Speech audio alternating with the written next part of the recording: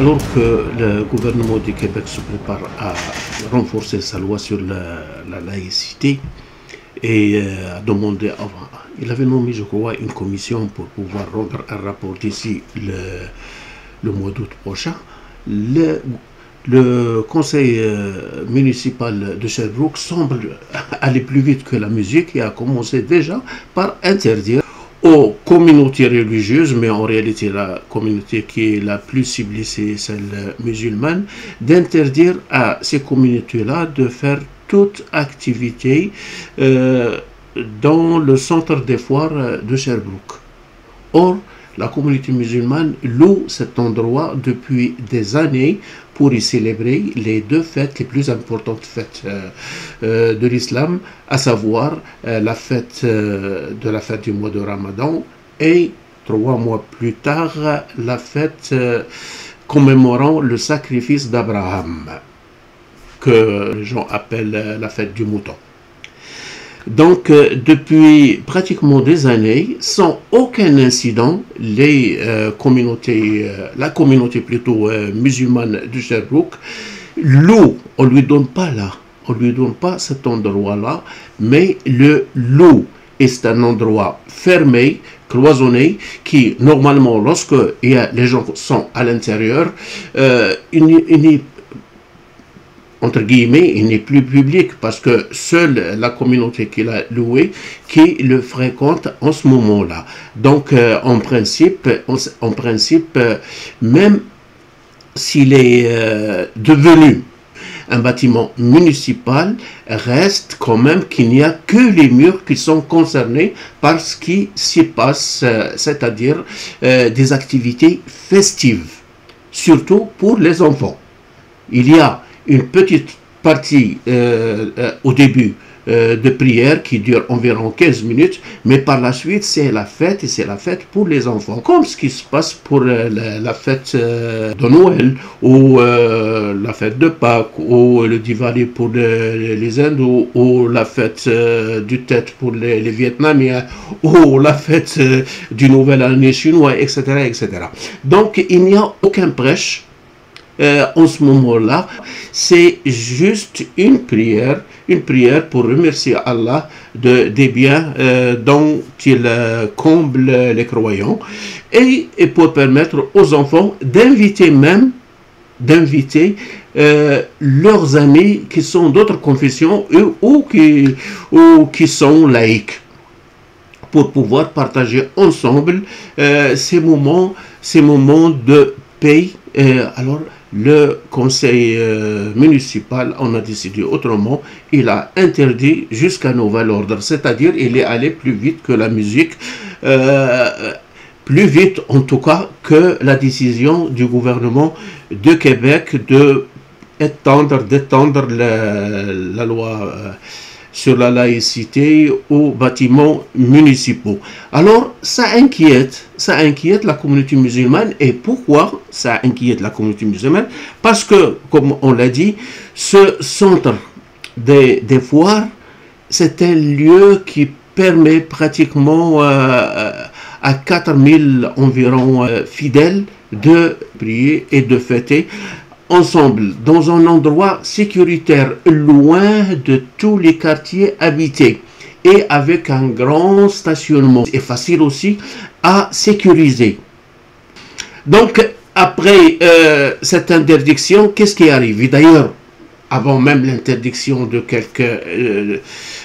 quelques jours, la dernière fête, la fête du mois de Ramadan, la communauté n'a pas pu louer ce local-là qu'elle avait l'habitude de louer. Pourquoi? Parce que, comme par hasard, au même moment où la fête du mois de Ramadan tombe, il y a eu une activité pour les enfants. Alors, qu'est-ce qui est arrivé par la suite? Bon, les gens sont allés prier à la mosquée. Sauf que la mosquée elle est exiguë, elle ne peut pas contenir tous les fidèles c'est-à-dire moment exceptionnel, se rencontrent, c'est-à-dire pendant cette fête-là, et prochainement aussi pour la fête de la commémoration du sacrifice d'Abraham. Alors, qu'est-ce qui en résulte? Il faut faire les festivités, surtout la prière, en plusieurs groupes. Ça commence vers 5 heures du matin et ça se prolonge après 10 heures, 11 heures du début d'après-midi. Donc, le voisinage est dérangé. La ville n'a fait qu'aggraver un problème. Au lieu de permettre à la communauté de fêter dans un endroit loin des habitations, maintenant, elle les oblige à déranger tout un quartier. Parce qu'il ne faut pas oublier que les gens, ils arrivent en voiture. Ce qui fait qu'il y a des centaines de voitures qui sont garées un peu partout. Et ça crée une animosité. Certains fidèles qui se disent qui ont dans la mémoire ce qui est arrivé tout récemment à Vancouver, où une voiture bélier a foncé sur des gens qui fêtaient une célébration culturelle. Ils ont peur que ça se produise ici même à Sherbrooke. Donc, ils sont allés au conseil municipal ce 6 mai pour pouvoir faire part de leur inquiétude aux élus. Et leur demander si c'est possible de revenir cette décision, ne serait-ce qu'en attendant que le gouvernement du Québec prenne une décision finale en ce qui concerne ce problème-là. Je vous laisse écouter les doléances de ce groupe de fidèles, de citoyens de confession musulmane. Je vous laisse écouter ce qu'ils ont dit devant le conseil municipal. Et je vous laisse également par la suite savourer les réponses de la présidente du conseil. On reviendra après pour pouvoir conclure. Aujourd'hui, je suis là suite à la décision récente du Conseil de la ville de Sherbrooke d'interdire la tenue de notre célébration de fête de l'Aïd au centre de foire, un lieu public habituellement ouvert aux événements communautaires. Cette interdiction a suscité une incompréhension profonde au sein de notre communauté. Conscients des impératifs de gestion municipale, nous souhaitons toutefois solliciter plus d'informations sur les motifs juridiques légaux ayant conduit cette décision, afin d'apaiser les inquiétudes légitimes quant au respect des droits fondamentaux garantis par les deux chartes québécoises et canadiennes que se posent nos citoyens. Sachant que cette communauté est estimée à peu près à 9000 personnes à Sherbrooke. Elle est très bien impliquée, activement impliquée dans tous les domaines de la ville sherbrookoise, la santé, l'éducation, services sociaux, industrie. À ce titre, nous estimons qu'un dialogue constructif avec les autorités municipales est non seulement possible, mais nécessaire pour résoudre cette problématique une fois pour toutes. Il y a mon fils en sortant, il vient de me dire « Papa, est-ce qu'on va interdire le défilé du Père Noël aussi, du moment qu'il occupe la voie publique ?» Donc moi, au nom de cette association-là, je vous demande s'il vous plaît de me présenter le motif juridique et légaux pour cette décision. Merci à vous. Merci de venir nous sensibiliser par rapport à votre situation. On a eu la discussion au dernier conseil municipal. Chacun a voté un peu selon sa position. Mais si je peux essayer de présenter le dossier pour l'ensemble du conseil, c'est qu'on a une politique pour la location de locaux à la ville. C'est pas permis de louer à une organisation religieuse. À l'exception, il y a une exception qui était le Palais des Sports Léopold Drolet. Là, ce qui était demandé par, ce qui était proposé, c'était d'offrir une autre exception. Et la démocratie a parlé, les élus ont décidé de ne pas accorder cette deuxième exception-là. Et ce que je peux vous dire par rapport au cadre politique actuel, c'est qu'il y a un comité de travail qui a été mis sur pied par le gouvernement du Québec sur la question de la laïcité. Ce comité-là va réfléchir à comment est-ce qu'on devrait appliquer la laïcité également dans les municipalités et ce comité-là va terminer son travail d'ici la fin de l'été, possiblement que donc à l'automne, on pourra savoir comment se comporter et ajuster nos règlements en conséquence à ce moment-là. Bonsoir, mon nom est Lucie Vachon, je suis de Fleurimont. Je suis née ici à Sherbrooke. Je suis née, j'ai étudié, j'ai travaillé, je travaille encore, je paye des taxes, je paye des impôts. Je me suis toujours impliquée dans ma communauté comme je l'appelle, en faisant beaucoup de bénévolat dans toute ma vie. En tout cas, au moment où c'était possible. En 2012, j'ai choisi de me convertir à l'islam par propre choix, sans influence. Puis je ne regrette pas ça. Jamais je vais regretter ça. En islam, il y a 2 fêtes. C'est juste pour que vous soyez au courant. Il y a 2 fêtes. Il y a la fête du Ramadan, puis il y a la fête du mouton. Ces 2 fêtes-là sont hyper importantes pour les musulmans de tout le monde entier. Ce qui est le fun dans cette fête-là, c'est qu'on essaie de se réunir puis d'échanger nos prières, d'échanger notre foi, nos croyances, notre joie. Et les mosquées ici sont devenues trop petites pour accueillir tout le monde. Le seul moyen qu'on a, c'est de louer des salles. Puis louer des salles, si on nous l'interdit, on a quoi comme option? On la quémande pas, la salle, on la loue. On la paye. Donc, c'est rentable aussi. Là où j'ai grincé des dents, c'est la semaine passée quand j'ai lu que ça avait été choisi qu'on interdirait la location aux groupes religieux. Je vais vous dire, j'étais assez en colère. J'étais très, très en colère même, parce qu'on s'acharne toujours sur les religions. Et je ne vois pas qu'est-ce que c'est dangereux de pratiquer une religion, peu importe la religion. OK? Je suis musulmane, mais peu importe. On ne saute pas sur les gens, on ne fait pas de mal à personne, on ne cause pas de préjudice. Alors, mes questionnements sont bien simples, c'est de quel droit on nous enlève le droit de pratiquer notre religion? De quel droit on peut intervenir dans nos pratiques religieuses, peu importe la religion? Puis d'où vient cette peur maniaque qui fait en sorte de stigmatiser des humains qui pratiquent la religion?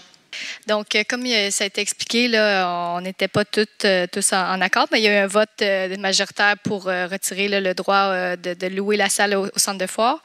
Ce qu'il faut expliquer, c'est qu'on ne vous empêche pas, et puis je comprends l'impact réel que ça a pour vous, cette décision-là, mais ce n'est pas une intention de vous empêcher de pratiquer votre religion, de vivre votre religion pleinement. Ce qui est appliqué, c'est plutôt la loi sur la laïcité dans nos bâtiments municipaux.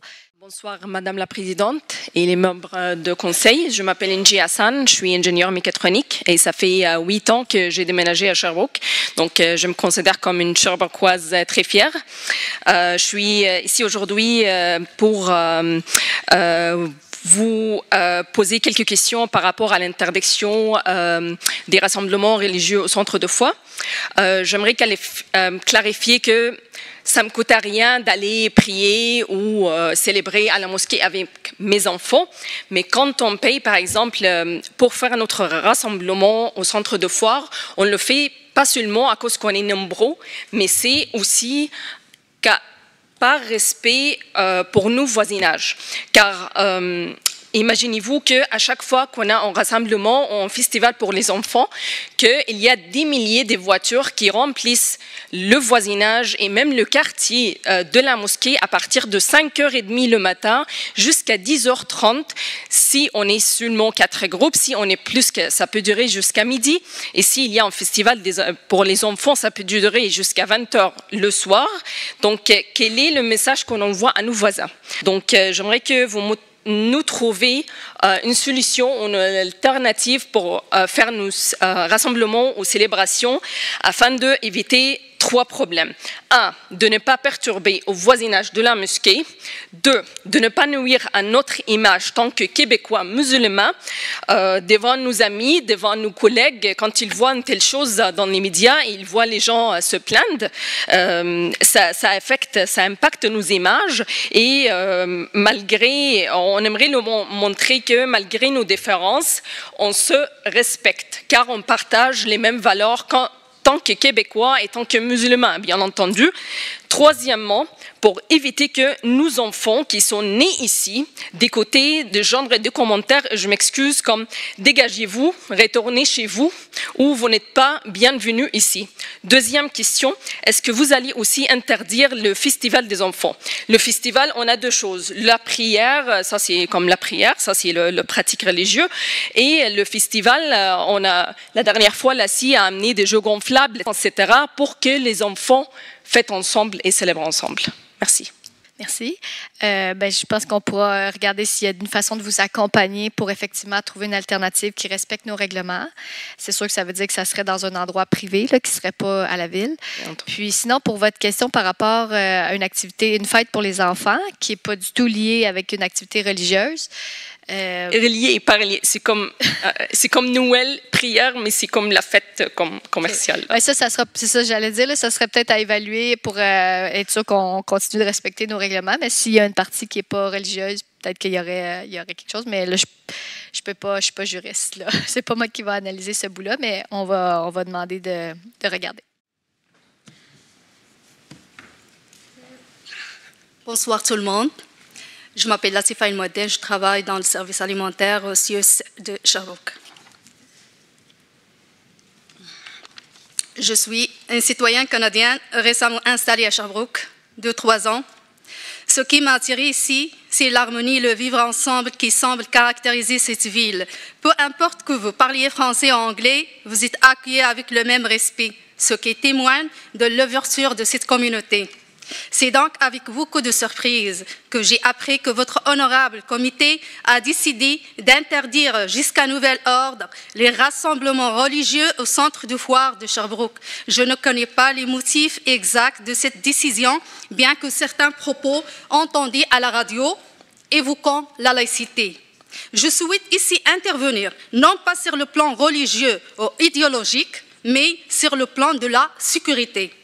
Car ce dont il est question, c'est d'un lieu qui accueille des milliers de personnes lors de certaines célébrations, hommes, femmes, familles entières et surtout de nombreux enfants. Les événements tragiques suivants démontrent qu'aucun endroit n'est à l'abri lorsqu'il est mal préparé ou insuffisamment protégé. Vancouver, le 26 en 2025, une voiture a volontairement foncé dans une foule, célébrant une fête culturelle, causant la mort de 11 personnes.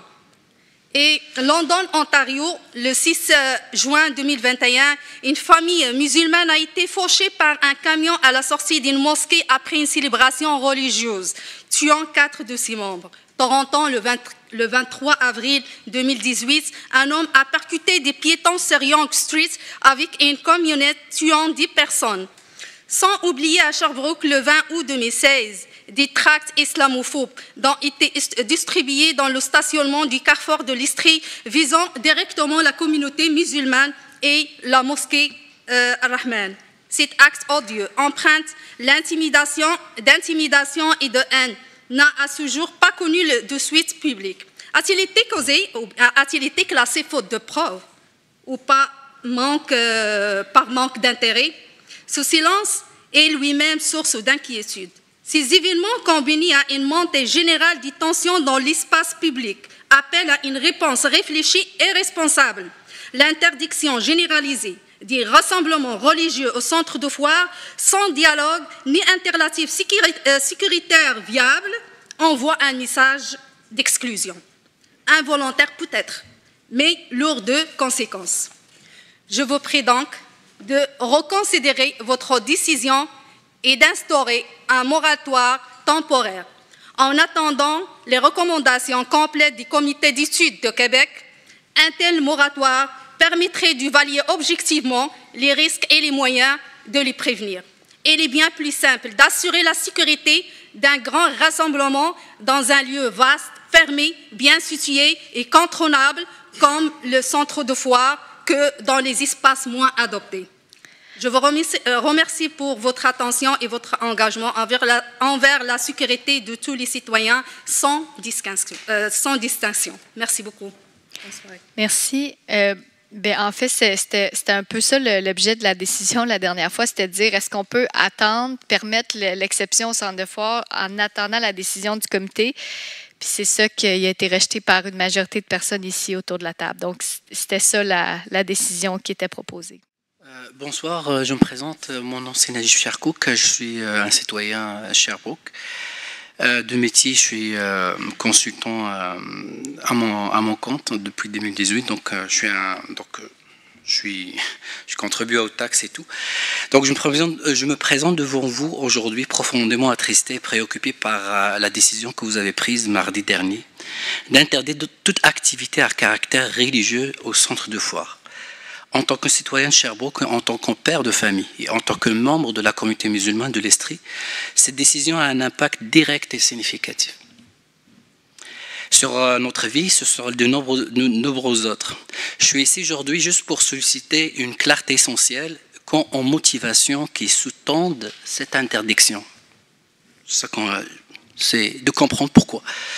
Pour bien situer le contexte, il est crucial de rappeler que le centre de foire a été par le passé un lieu de rassemblement important pour notre communauté lors d'événements culturels. Parce qu'on fait le lien avec la région, mais c'est culturel majeur. Comme le soulignait Radio-Canada du dernier de l'Eid el-Feth, les milliers de fidèles ont convergé vers un seul lieu de prière. L'Association culturelle islamique de l'Estrie a eux-mêmes dû multiplier les services pour répondre à l'affluence. Des centaines de personnes, faute de place, ont prié à l'extérieur. Cette réalité témoigne au besoin crucial d'espaces adaptés pour permettre l'ensemble des musulmans de l'Estrie de se réunir dans la dignité et le respect de leur foi. Cette année, comme ont témoigné les images de notre communauté unie de l'Eid 2024, je vous montre ça, on a été bien unis. Sur les réseaux sociaux, nous anticipons pouvoir nous rassembler à nouveau en centre de foire, un lieu offrant une capacité d'accueil d'environ 3000 personnes, essentiel pour notre comité régional. La décision soudaine d'interdiction remet en question cette possibilité et nous laisse face à un vide logistique et émotionnel considérable. C'est dans son contexte, je me permets de poser des questions suivantes en toute humilité et dans le respect du règlement. Considérant que le centre de foire est une infrastructure privée, pourriez-vous exposer de manière précise et factuelle les raisons objectives qui ont motivé l'interdiction spécifique des activités à caractère culturel dans ce lieu, comparativement à d'autres types d'événements qui pourraient se tenir? Face à la réalité de manque criant d'un lien de rassemblement de capacité équivalent pour le millier de musulmans de l'Estrie, comme l'a illustré la situation lors de l'Eid, la fête religieuse après Ramadan, quelles alternatives concrètes la ville de Sherbrooke envisage-t-elle de proposer et soutenir afin de permettre à notre communauté de vivre pleinement sa foi collectivement? Vous parlez de l'accompagnement, on ne veut pas de l'accompagnement, on veut des actions concrètes. Donc l'inclusion et la diversité sont des valeurs souvent mises sur l'avant de notre ville. On est là, moi en tout cas personnellement, ça fait 22 ans que je suis ici. Comme la décision d'interdire l'accès à un lieu de rassemblement particulier lorsqu'on considère l'impact sur des citoyens comme ma fille de 8 ans. Votre temps est écoulé, est-ce que vous avez votre question? Juste finir, j'ai posé déjà 2 questions, juste finaliser. Donc, le temps est écoulé, on va répondre aux questions. D'accord, merci. Donc, juste pour finaliser, j'étais accompagné par ma fille, a vraiment attendu une heure. Je vais répondre à votre question. Voilà, je vous écoute, merci. Donc, en fait, c'est ça, vous avez dit pourquoi je veux avoir les raisons objectives qui ont fait en sorte que vous avez refusé la tenue d'activités religieuses dans le centre de foire. Vous avez mentionné que c'est un bâtiment privé, mais en fait, c'est ça, c'est que c'est un bâtiment municipal. C'est ça qui fait en sorte qu'il est soumis à la loi sur la laïcité. Comme je vous disais, il y avait une proposition sur la table de laisser une exception en attendant la décision du comité. C'est ce que certaines personnes ont voté contre, la majorité, qui a fait en sorte que ça n'a pas passé. Bonsoir tout le monde. Mon nom est Samuel Vauvert-Dansoro. Vous me connaissez et vous me reconnaissez comme le pasteur de l'église unie Plymouth Trinity, juste à quelques pas d'ici. Toutefois, aujourd'hui, c'est votre frère en humanité, un concitoyen lambda qui s'adresse à vous.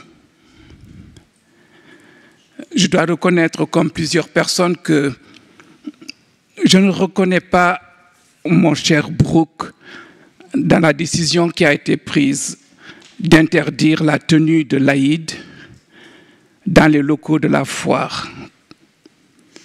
Comme cela avait été pourtant, si mes instructions sont correctes, comme cela avait été pourtant le cas depuis plusieurs années et sans problème.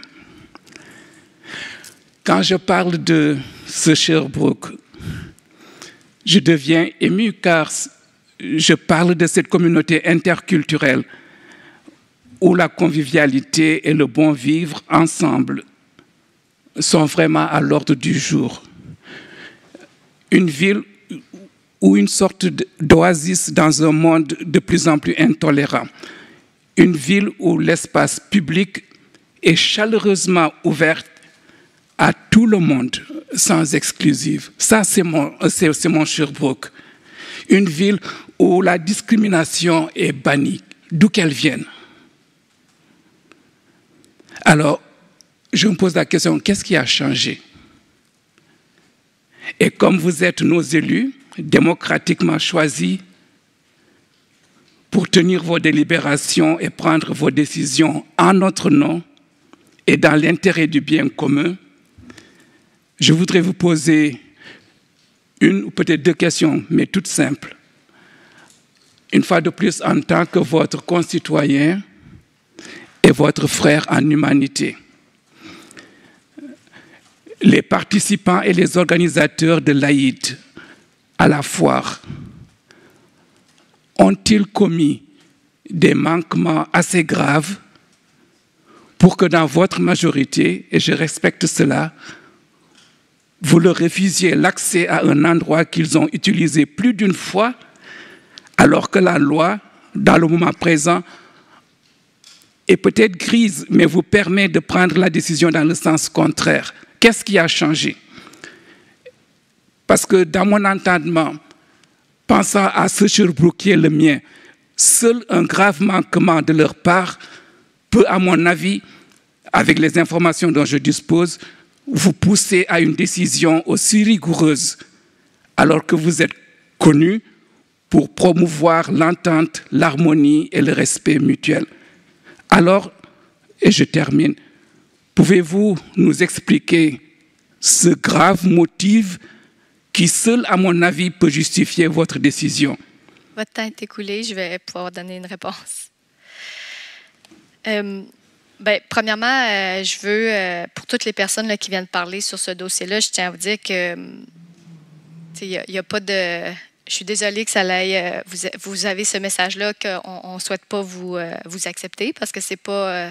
je pense que ce n'est pas l'intention du conseil municipal. Puis Sherbrooke, on est justement une ville inclusive. On a une campagne sur le racisme, la discrimination. On fait des actions en ce sens-là. Puis c'est important que tout le monde se sente bienvenu et puis inclus à Sherbrooke.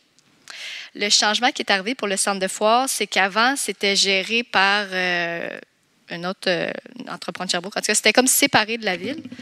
Puis là, pour ceux qui ont suivi, là, il y a eu une fusion, puis là, c'est rentré avec nos services à la ville, puis là, c'est rendu une corporation qui est comme à la ville.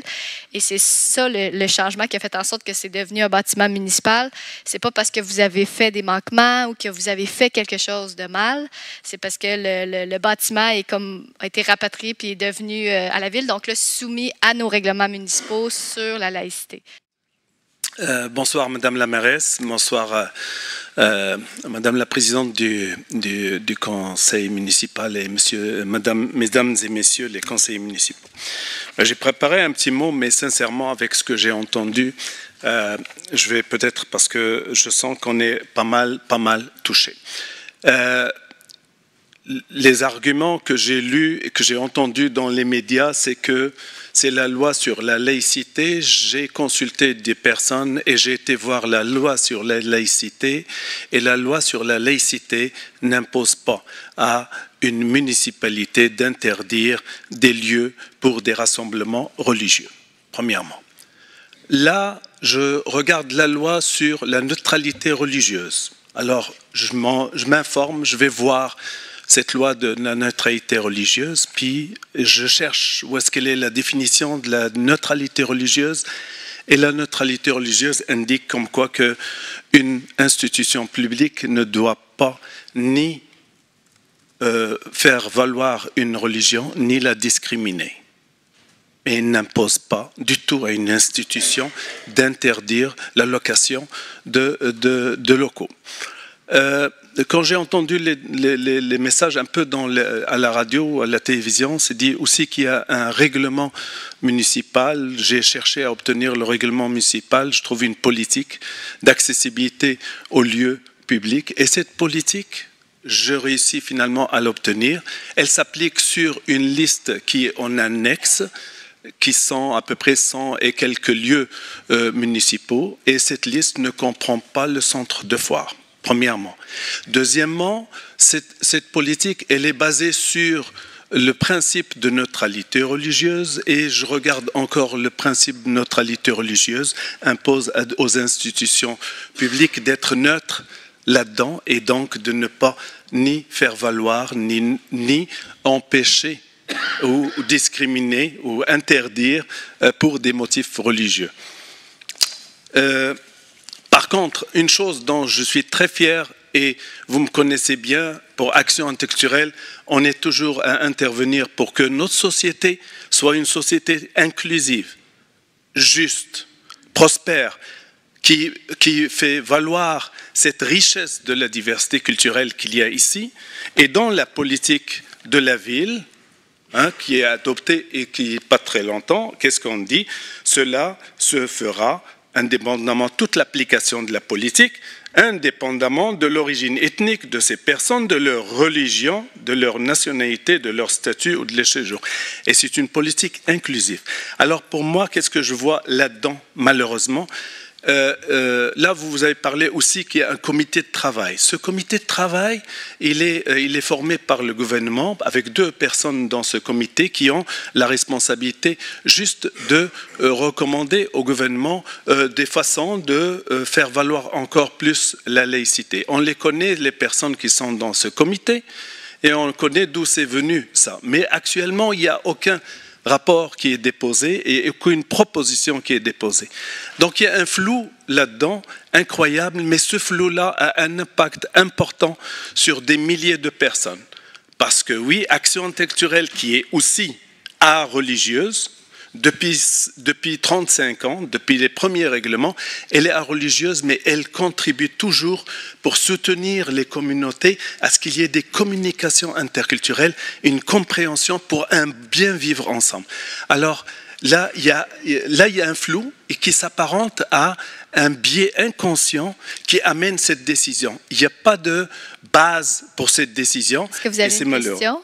Alors, ma question, c'est est-ce que maintenant le conseil municipal peut prendre ses responsabilités pour revenir sur cette décision et permettre qu'il y ait un dialogue entre le conseil municipal et les organismes? Action interculturelle peut être là, puis il y a plein d'organismes qui vont être là pour pouvoir voir de quelle façon on peut régler ça. Mais le centre de foire, c'est le seul endroit qui peut accueillir 3500, 4000 personnes qui vont se rencontrer. Oh, il n'y a pas une autre place, et c'est une fête extrêmement importante pour la communauté. S'ils ne le font pas au centre de foire, ça va se faire dehors, puis là, il y aura plus de problèmes. Alors, j'apprécierais avoir une réponse à ça, s'il vous plaît. Merci.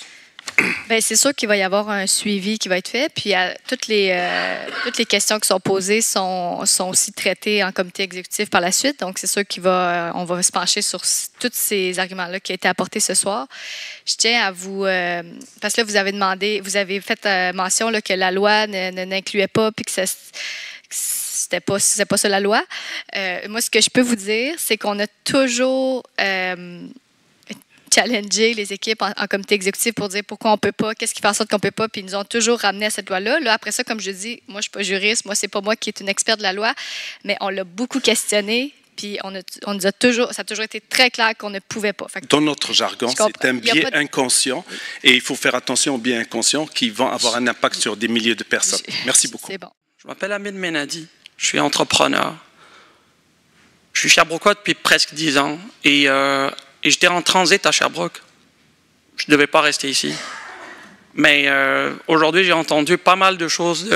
C'est quoi qui nous laisse ici à Sherbrooke? C'est quoi Sherbrooke? C'est une qualité de vie. Mais c'est ce que disait le père Samuel tout à l'heure, c'est le vivre ensemble. C'est créer des ponts, pas créer des barrières. Sherbrooke, c'est une communauté à part. J'ai bourlingué pas mal dans différents pays avant d'atterrir ici. Et en arrivant à Sherbrooke, la première fois que j'ai vu l'hôtel de ville, ce que j'ai vu Raif Badawi sur le mur. Et ça ne représente pas rien. Et votre vote ce soir d'accepter d'encore nous écouter, ça ne représente pas rien. Madame Baudin, vous avez frappé à ma porte un jour pour me dire que vous représentiez le changement. Et on voit certains changements. Mais j'imaginais pas qu'un jour, j'aurais à m'asseoir ici et de parler du droit de mes enfants, d'inviter d'autres enfants, de d'autres religions, de d'autres ethnies, de d'autres origines, et de partager avec eux l'Aïd. On vous parle depuis tout à l'heure de l'Aïd. Ben, c'est un peu le Noël pour les enfants musulmans. Mais sans le Père Noël, on n'a pas le Père Noël. On regardera comment arranger ça plus tard. Mais le centre des foires, c'est un lieu fermé. Même si les gens prient, vont prier, tu sais, on prie très vite. C'est surtout la fête qu'on veut. Ne les empêchez pas. Vous avez parlé de changement quand vous m'avez vu, Madame Baudin. J'ai rencontré certains conseillers ici, dans différentes occasions, et je peux vous dire que j'ai vu de belles choses, j'ai entendu de belles choses. Oui, on peut se chicaner à Sherbrooke. Oui, on peut ne pas s'entendre sur des choses à Sherbrooke, mais à Sherbrooke, on s'écoute. Puis vous avez pris le temps de nous écouter ce soir. Donc, je vous invite quand même à écouter aussi vos cœurs et peut-être d'essayer de faire un changement assez rapide parce que quand même, en 2 conseils municipaux, de choisir de revoir peut-être votre décision. Oui, il y a des zones grises. Ma vraie question, là, oui, il y a des zones grises sur la loi, puis c'est à Québec que ça va se décider. Elle était où l'urgence de décider aujourd'hui de dire, ben on va bloquer. À Sherbrooke, on n'interdit pas. À Sherbrooke, on accueille. À Sherbrooke, on ne ferme pas. À Sherbrooke, on ouvre. Puis cet ADN-là, il va falloir le perpétuer et le garder. Donc, je vous invite vivement à voir, elle était où l'urgence? S'il n'y a pas d'urgence, est-ce que vous êtes capable aujourd'hui de dire, on va prendre le temps de revoir ça? Merci, Madame la Présidente. Votre question? Ben, je pense que j'en ai dit 2. C'est, elle était où l'urgence? Et s'il n'y avait pas urgence, est-ce qu'on est capable d'avoir le courage de dire aujourd'hui, ben, il y avait 8 contre 6? Ben, peut-être que la prochaine fois, il y aura peut-être 0 contre tout le reste. Et que ça se fasse assez vite. Notre Noël, c'est pour très bientôt. Donc, j'aimerais ça pouvoir dire à mes enfants qu'il y a des super-héros à la ville qui ont décidé de faire autre chose que dire Parfait, non. Merci. Merci. Comme je vous ai dit, on va se repencher à la lumière de tout ce qui a été discuté aujourd'hui en exécutif, puis on verra si on peut... c'est sûr que pour ramener dans nos fonctionnements, pour amener un vote sur un dossier qui a déjà eu une décision, il faut qu'il y ait des informations nouvelles. Donc, ce sera à voir si on juge que les interventions ce soir nous apportent des informations nouvelles. Je suis Abdul Kader Harouna, représentant du Centre culturel islamique de Sherbrooke. Et en passant, je ne suis pas un imam, c'est juste... Donc, je viens aussi donc, concernant l'interdiction des réservations au centre de foire pour les communautés religieuses. Donc, je pense qu'il y a beaucoup d'intervenants sur ce dossier-là. Donc, en tant que dernier intervenant, je vais essayer peut-être d'aller un peu plus calme sur ce dossier-là. Donc, le Centre culturel islamique de Sherbrooke est dans le secteur nord de Sherbrooke. Donc, nous sommes sur la rue Richard. Et juste pour vous donner les détails, j'aimerais donner un détail sur les activités qu'on faisait. Donc, tout de suite, Amine disait que c'est vraiment comme maximum 15 minutes de prière, plus 6-7 heures d'activité culturelle, donc des jeux gonflables et toute la famille. Donc, il y a beaucoup d'enfants qui amènent leurs amis qui sont non musulmans. C'est vraiment festif. Donc, c'est pour ça qu'on veut vraiment savoir c'est quoi une activité religieuse. Dès qu'elle contient 5 minutes de prière, c'est une activité religieuse ou pas. C'est vraiment ça, c'est très important donc, à considérer donc, dans ce point-là. Notre communauté a beaucoup grandi parce que moi, je suis là depuis 12 ans. Et ceci, donc, à cause de l'immigration, et aussi, il y a quelqu'un qui vient de passer qui parle de tout le développement sur le plateau Saint-Joseph. le prolongement de Portland. J'ai vu tout s'agrandir. Je suis à Sherbrooke depuis 22 ans. Et vous comprenez qu'il y a beaucoup de nos citoyens, de nos membres qui sont venus pour vivre à Sherbrooke. Ils choisissent. Vous avez fait le développement du secteur nord. On a une mosquée au secteur nord. Ils ont fait leur plan de 10 ou des 30 dernières prochaines années en fonction de la mosquée, qui est un centre culturel pour eux autres. Donc ce qui veut dire que ces personnes-là, ils ont fait un choix. J'ai entendu que vous avez parlé qu'il y a eu une exception pour Léopold Rollet. Donc moi, je ne viens pas parler que vous levez la loi, mais j'aimerais que vous remettez ce point-là à l'ordre du jour, que ces citoyens qui sont des payeurs de taxes ont besoin de services de proximité. Donc pour moi, je sais que le secteur ouest du Saint-François jusqu'au bout de Rock Forest, aujourd'hui, moi je vis à Saint-Élie, et 2 fois ou 3 fois plus grand que le secteur est. Donc je ne comprends pas pourquoi il y a une seule exception dans Sherbrooke. Donc c'est juste ce que je peux savoir. Peut-être c'est quelque chose qu'on peut partager la poire en deux pour un moment, le temps que vous revoyez la loi. Donc je redemande au Conseil si c'est possible de vraiment faire une exception pour le secteur ouest. Trouvez-nous une solution. Si je ne demande pas le centre de foire, mais trouvez-nous un espace où nos enfants peuvent vraiment s'épanouir. Je ne vais pas revenir à toutes les... Parce que c'est juste déplacer le problème si on retourne dans les mosquées avec 4 ou 5 rotations et toute l'insécurité que ça vient. Trouvez-nous une solution pour le secteur ouest, s'il vous plaît. Merci. Merci. Donc, c'est bien entendu. Il y aura un retour, comme je disais, suite à nos discussions demain. Comme nous l'avons entendu maintenant, la présidente dit qu'il est un peu difficile de revenir sur une décision qui a été votée démocratiquement par 8 voix contre 6, sans écouter aucune explication. C'est juste que la personne qui devrait donner les explications au Conseil avant le vote n'est pas venue, mais malgré ça, on est passé au vote et on a pris cette décision qui, comme nous l'avons entendu, risque de porter préjudice à la communauté musulmane de Sherbrooke. Elle risque même, nous ne le souhaitons pas, provoquer peut-être des victimes d'un vote démocratique et d'un entêtement à ne pas revenir pour pouvoir écouter la raison. Merci beaucoup et à la prochaine.